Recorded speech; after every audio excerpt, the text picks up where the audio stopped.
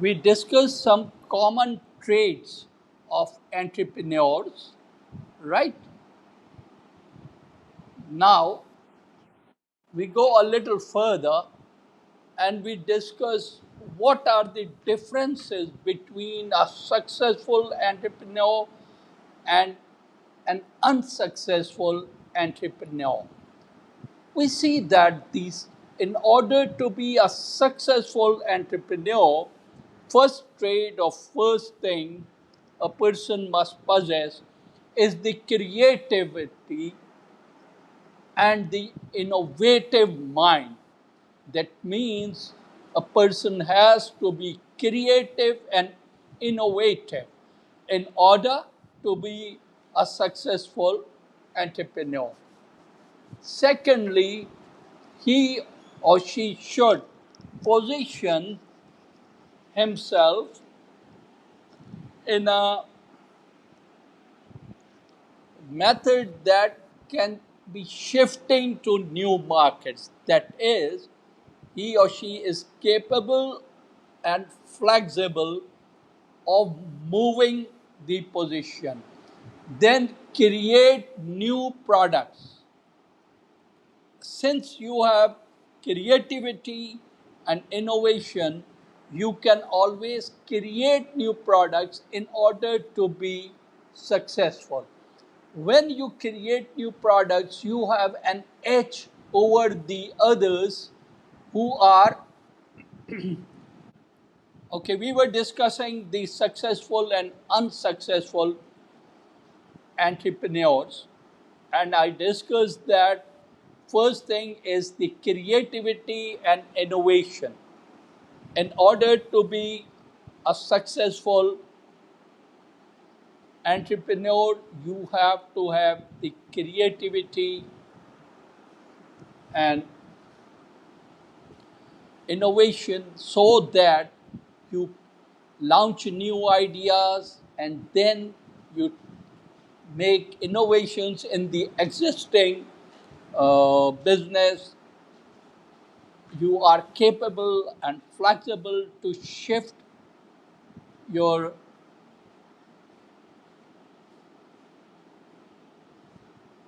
capable of and flexible enough to shift your positions, because when you are working as a successful entrepreneur, it is very important for you to be flexible.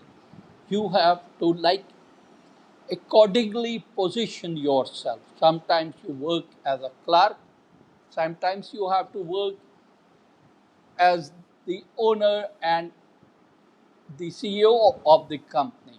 So, in order for that, you have to have sufficient flexibility. Then we talk about the creation of new products. When we create new products, that gives us an edge on others. Once that creating new products and creating new processes is with you, you surely will success in the market. Whereas when you were working with the old processes, obsolete methods, for example, we talk about the new delivery methods. Now you see that in today's, especially this COVID-19, many firms have changed from their uh, conventional or traditional way of just selling from the shop to the online business, right? As a result, what we see that those entrepreneurs or those firms who had worked on online, they had an edge on the others who did not do that. When we talk about the unsuccessful entrepreneurs, what we see that they are generally poor managers. They do not have that work ethic. In many cases, they turn out to be inefficient.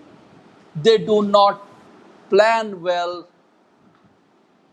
So, what we need to do is to have good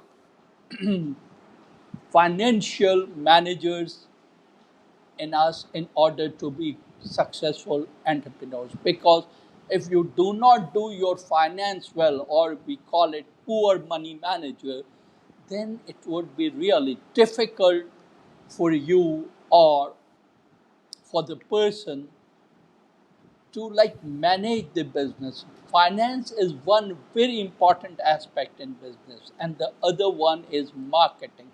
If a person is good at these two, then he or she can be a good, successful entrepreneur. Now you see that there are certain characteristics of an entrepreneur. Successful entrepreneurs usually have some key personal attributes. They are having a strong managerial competency. They are good, possess good technical skills. Let's talk about the key personal attribute. It says that entrepreneurs are made, not born. What it means? It means that anybody who can excel as an entrepreneur had to work hard, develop some special attributes. For example, with family playing an important role within your family, somebody who's a good manager at home will be a good manager in job as well. So entrepreneurs tend to have self-employed parents. This is quite what you say general. It is not that always an entrepreneur will have uh, self-employed parents, but generally yes, those parents who are already in business, their offspring, their children, they turn out to be very good entrepreneurs because they learn all this right from the childhood, right from the very early age in their life. So in order to be an entrepreneur, you should have support and encourage independence, achievement, and responsibility. So you must have the power of taking the responsibility, achieving your goals, and have enough independence to do your own uh, things, like you make an idea, you come up with an idea, and then you make that idea turn into reality. Then we say firstborns tend to have more entrepreneurial attributes because they receive more attention. Excuse me. Have to forge their own way, thus creating higher self confidence. This is very important to have a high self confidence. Going further, when we talk about the entrepreneurial career, the idea that entrepreneurial success leads to more entrepreneurial activity may explain why many entrepreneurs start multiple companies over the course of their career. For example, you start a small school, just maybe elementary level school. Then you see that within that school, you need to have a canteen, a good canteen. I know my students need it very much, and there are complaints against that as well. So, what I can do is while I'm running my college or school, I also start a canteen with it. That then maybe I think that in order to supply books and stationery to the student, I use my same business for other stationery shop, having a photocopying machine or having a binding facility for student spiral binding and otherwise thick direct binding. So, you know, in entrepreneurship, we talk about corridor principle. Corridor principle, that using one business to start or acquire others and then repeating the process. That is, I basically started an elementary school, and with that elementary school, I started a canteen also, or maybe a stationery shop. So it is a serial thing. When we talk about serial entrepreneur, we say that a person who finds and operates many companies during one career. For example, you are running one thing, but at the same time, you improve and you run more things. For example, from a small elementary school, you take it to the primary school level, and from that primary school level, you go up to the secondary school level, and then from secondary school, you change it to higher secondary or college level. So, step by step, what you are doing, you are in a series increasing or expanding your business, as well as you are opening multifaceted business, right? When we talk about the need for achievement, a person's desire either for excellent or to succeed in competitive situations, it is very important that you try and go for excellence. You always, like a businessman, you always desire to be on the top, and you want to see the success of your ideas when turning into realities.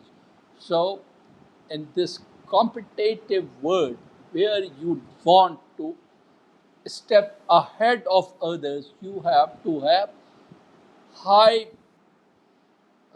goals set, and from that goal set, in order to attaining that goals, you have to work harder. Maybe you have to work extra hours.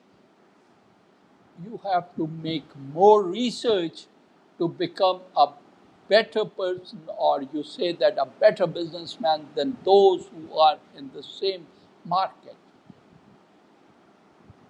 Then we talk about the research, as McClelland's research is a very important attribute, and for any business, the basic research and feedback is very important. For example, you want to test a new soap in the market, and you are working for as an entrepreneur for Unilevers, for example.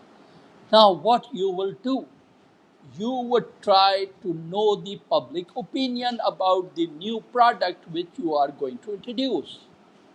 Similarly, if I talk from my perspective as an educationist, a part of a college, if we want to start a new bachelor's program, maybe in computer science, maybe in psychology, or in education or communication, what we need to do?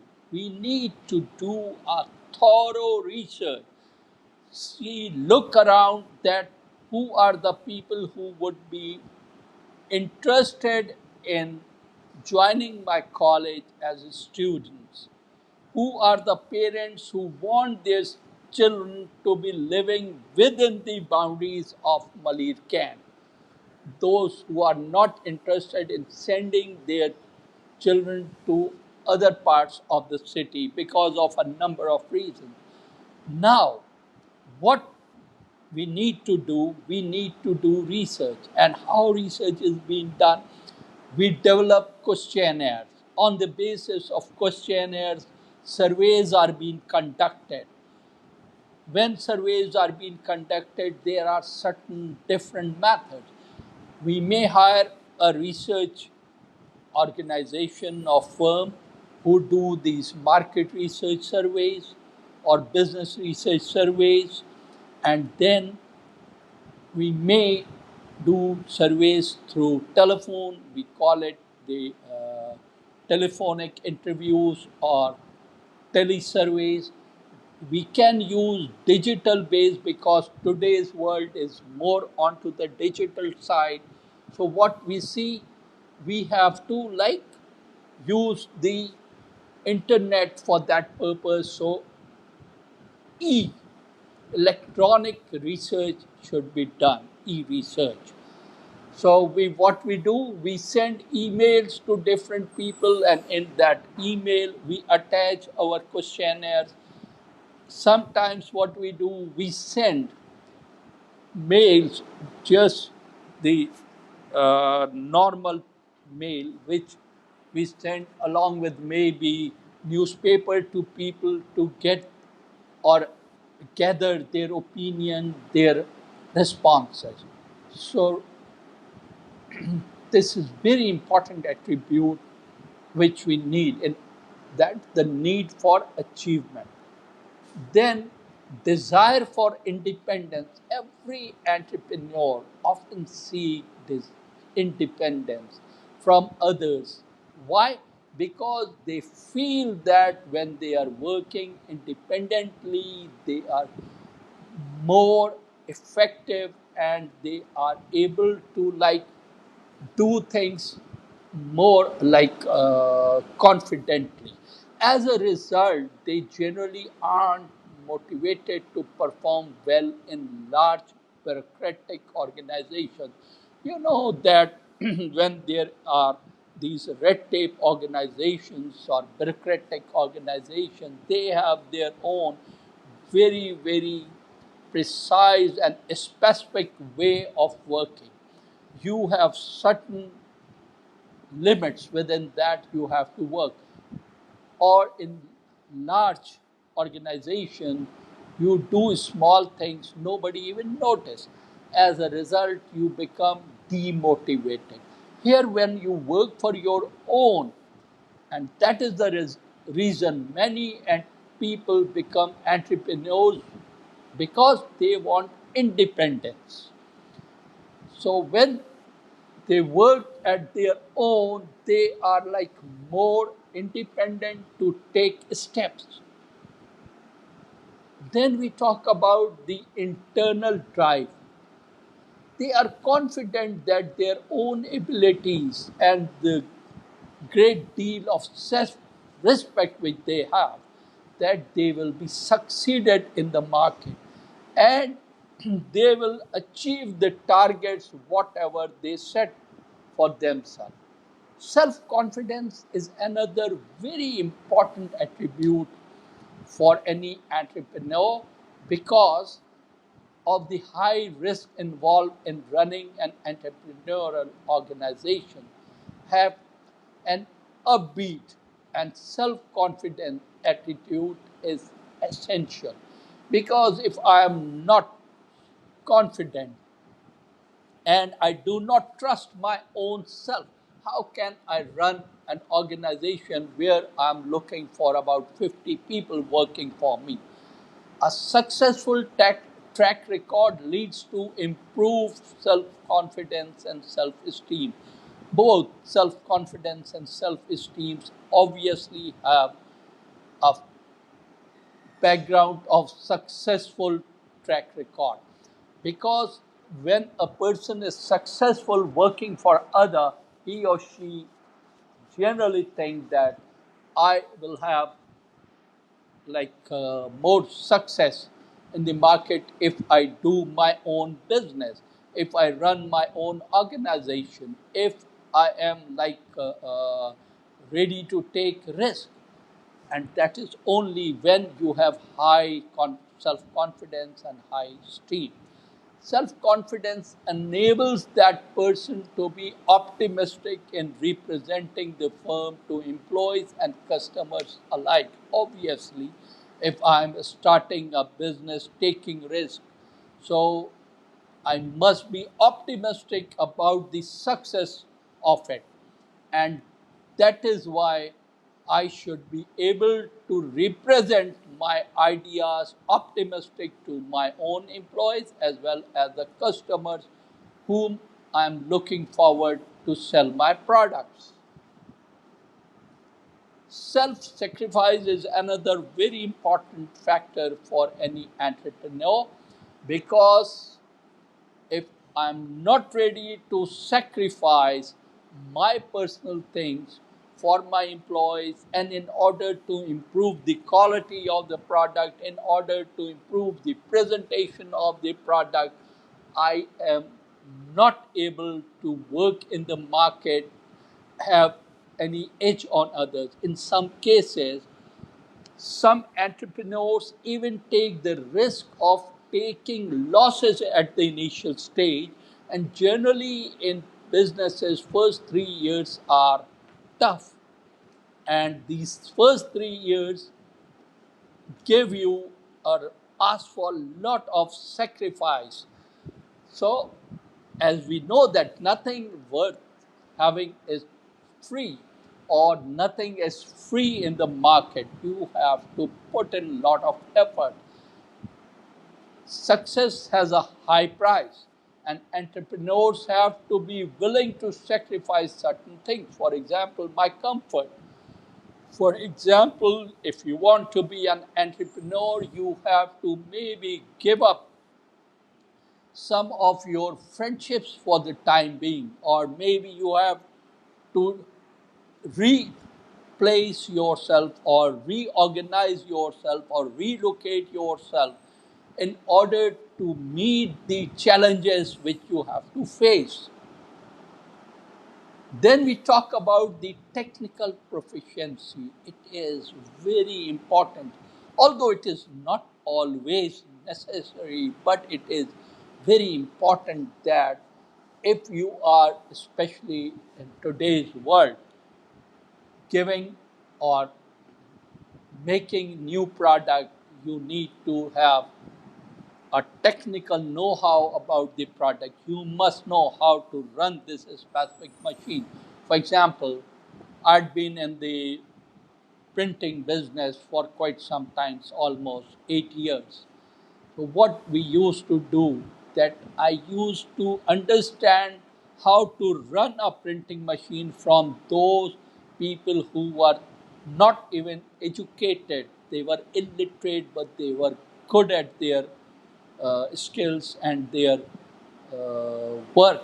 So you have to, for example, if you have seen these automobile dealers, many of them have good knowledge about selling, servicing, spare parts, and basic uh, know-how about the automobile. So in order to like start that company, in order to start the dealership, they take the basic of professional training. It is important in many industries, like computer industry. If I'm not having any basic idea about IT or computers, how can I start a firm selling computers by myself? In order to sell computers, I need to understand the basic phenomena, the basic requirements for selling a computer. Planning. Inshallah, we'll be dealing with this planning part a bit later also. But planning is actually your step by step outline. How do you plan certain things? How your idea can turn into reality? For that you make assessment. For that you do research. For that you make a feasibility. For that you do the cost benefit analysis. You know, turning ideas into reality is not easy. It is a very tough thing. What we need to do, we need to make our dreams into a reality. And in order to do that, we need to plan, and plan step by step. Okay? There are certain questions What are my motivations for owning a business?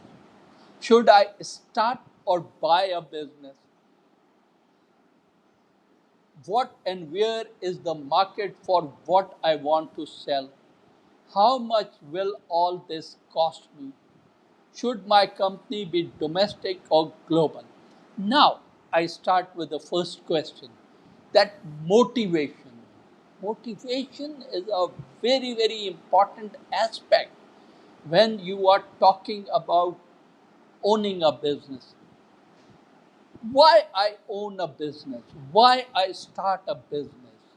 Obviously, there is a desire, there is a feeling which I should have from my inner side. When I am internally motivated, when I have that upbeat, only then I can start a business. So, in order to start a business, you must be highly motivated for starting or owning a business. Then the question is, should I start or buy a business? You know, when we say that start a business, that means we are wanting to start a new business, completely new with new products, maybe no one in my family in that business. But in some cases, what we see that people go for buying of franchising. What is franchise? For example, somebody wants to start a McDonald outlet here in Malir Kent. What he or she has to do, they have to make a clear cut picture of what are the requirements. Is McDonald required here? Or if I start some of my own hamburgers or burgers or zingers or whatever with fries and with my speciality on the display of presenting. So then we have this question that should I start or my business or should I buy a business? When it is buying a business, then you must do high level of research for and see that if you people remember, Pizza Hut started a branch in Malikan, but they could not stay here long. Whereas KFC started a business in Malikan and they are doing fine. The reason is maybe Pizza Hut has more challenges and they were not capable of what do you call it, making sufficient profit to stay here in this business, right? Whereas what we have seen that KFC has done a very successful business here. Why? Because KFC, one thing, came earlier in the right time and they took the losses for the first 2 years and they still stayed in the market, whereas Pizza Hut were not interested in taking any losses here. And what they see that just opposite to Pizza Hut, in this four dot market, there are a number of small uh, organizations or outlets who are selling their own burgers, their own items, their own rolls, chicken rolls, and all this, and they are at less than half the price of Pizza Hut. So they succeeded. Third question is what and where is the market for what I want to sell? This is another very, very important point that what I'm going to sell, what I'm going to make, where is the market for my product? For example, I want to start a new uh, ladies boutique here. Do I have any market for it? Have I made sufficient research? Have I done enough homework on it? That if I start a ladies market in Askari 5 mall, you know, there is no ladies dress market here. And one, the family store, they started back in 2014, 12, 14, but they could not stay for long. Maybe they did not work out on the cost they have to pay. So, in order to start a business, you need to have a very clear idea about the product you are going to sell. Secondly, you need to have a very clear idea about the client, the mentality or psyche of the client. It is very important. Khadi sells a suit, three-piece suit for 10,000 rupees, although the cost is not even 3,000 rupees. And then what they do, they sell it for a short time and then they announce a sale on it, a 50% sale. Even then, they are making profit on it. So, when they sell a product, they know that the price is at least more than 2 times of what is the actual cost of that product. One thing. Another thing, the market in which they are going, is that a high end market or is that a mediocre market? So, if the mediocre market is there, you cannot sell high brands at high price. For that, you have to come up with a brand or with a product which meets the requirement of the people around you. Am I clear? Right? Is this clear? Then we talk about the cost. Cost is one of the backbone of your business. If your cost is too high, for example, you are paying a high variable cost, then it is impossible for you to stay in the business. Maybe there are very good people around you, you are selling the right product, the price is also good, but the cost of production is high because you may be putting in extra labor, you are having some extra people, or your overhead cost is high. For example, the rent of the shop is very high. How would you be able to meet the cost? You have to reduce your cost in order to staying in the same price level, because all the time it is not possible that you increase the price. If you increase the price, people will shift from your product to the competitor's product. So, what you need to do, you need to reduce the cost, and how you will do it, you'll have to make a very thorough checkup, like a doctor does it on a patient. You have to do all the surgical work as far as your cost is concerned. If you are unable to cover the cost or lower down the cost, then you will not be able to become a successful entrepreneur. So, cost must be kept in mind, and a very thorough homework on cost must be done before you announce the price. Then we talk about, should my company be domestic or global? It is a very, very complicated question.